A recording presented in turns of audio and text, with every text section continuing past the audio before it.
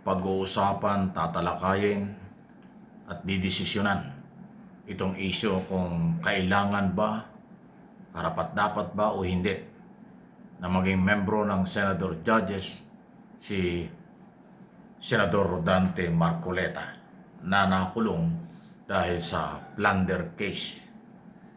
Okay? Ito po ay sinasabi ko dahil meron pong sulat galing sa kay Marcoleta o sa mga oposisyon na hinihiling na isali bilang judges. Hindi po ho nagpapasya ang impeachment court. Napaka-sensitive po niyan. Ganito kasi yan. Okay? Yung kay Jinggoy Estrada, kaya hindi siya napapag-usapan kasi suspendido siya habang nakakulong dahil sa korupsyon. Merong desisyon, order ang Sandigang Bayan, 90 days na suspension. So hindi siya senador ngayon dahil suspendido. Kaya hindi talaga siya pwede makasali. Itong si Senador Marcoleta, senador pa rin, kaya lang nakakulong. Pero ang issue ngayon ay ito. Pag pinayagan ang isang senador na nakakulong na mag-participate bilang senador judge, isang president na hindi magiging maganda. Dahil alam naman natin, hindi ko naman sinabing guilty o guilty na ang senador. Siya po ay mayroong kinakaharap na kasong mabigat na dahil sa kanya rin nanggaling ebidensya tungkol sa pagtanggap ng pera, donasyon, pero naging korupsyon ang dating dahil siya ay congressman nung mangyari yon. Pagka kasi pinayagan, sa akin pong sariling interpretation at opinion, ang isang, hindi lang si Marcoleta, kahit sinong senador, hindi lang sa pagiging impeachment o senador judge sa impeachment, sa pagpasok sa Senado, hindi maganda yon. Kasi po, ang isang akusado, ang may jurisdiction dyan, korte.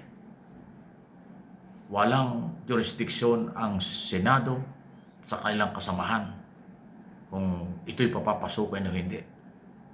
Dahil kahit sino, hindi lang senador, lahat ng Pilipino na mayroong kaso sa korte, ang korte ang masusunod kung ito'y makakalaya, ito'y temporaryong makakalabas, ito'y pwedeng magtrabaho, o ito ay saan ikukulong, house arrest, hospital arrest, o kung ano man. Yun, korte lahat yan. Kahit maglupasay ang mga senador, judges, na ito'y papasukin kung ayaw ng korte, walang mangyayari.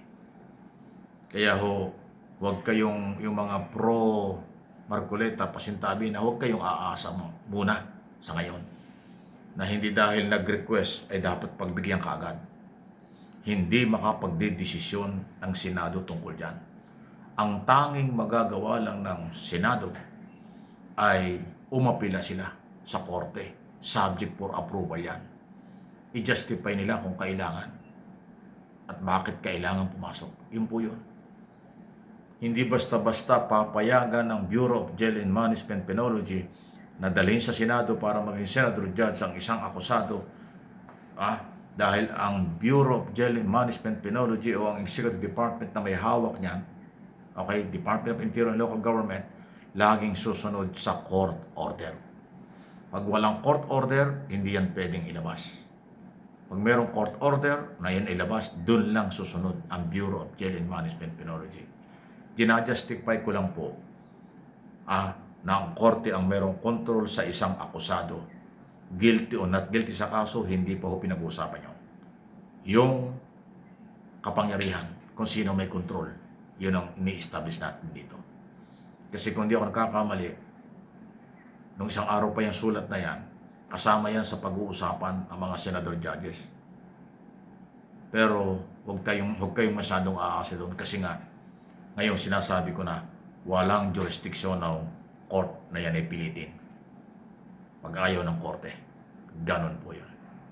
Yan ay hiniling ni Minority Leader Alan Peter Cayetano na talakayin yung sulat na yan. Kasi sabi niya, hirap daw siya. Wala kasi siyang kakampi. Nung makulong si Marcoleta, siya lang halos, saka yung kanyang kapatid. Silang dalawa lang nagpapalitan na parang oposisyon. Although sa impeachment court, walang minority, walang majority. Lahat sila'y pantay-pantay, senador judges. Ha? Conforme lang kung ano ang inyong tingin dyan. Kung sila'y mga dapat ay neutral o bias, nasa sa interpretation na yan at perception ng publiko. Ako, sinasabi ko naman, yung karapatan ni Marcoleta nandun. Yung limitadong kapangyarihan ng Senado, impeachment court, yun ang ating pinapaliwanag. Kasi yung karapatan at obligasyon ng korte ay hindi pwedeng ibaliwala. Sila ang mayroong jurisdiction. Sila ang dapat masunod.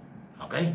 Pero siyempre, doon sa mga pro-Duterte, mahalaga sa kanila yung presensya nitong si Marcoleta. Alam naman natin pag nasa Senado, malakas ang boses at marami sinasabi yan. Di ba? Lalo ngayon, gumaling yata doon sa kanyang sakit. Diba? So, hindi po yan final. Matatagalan pa yan. Okay? Ang ating abangan, itong sinasabi ng ombudsman, mayroong mga case build up pa rin sa mga kaso. Ay yung issue ng 4 o 7 senador pa ang under investigation nila. Yung bang case build up na ito ay matatapos ng ombudsman during trial, meron during impeachment trial, or matatapos yung case build up after trial. Ayan ang ating aabangan. Pagka after trial, ay malamang tamaan sila isa-isa. Pag before trial, ay mas maganda ay malaman natin kung sino sa kanila.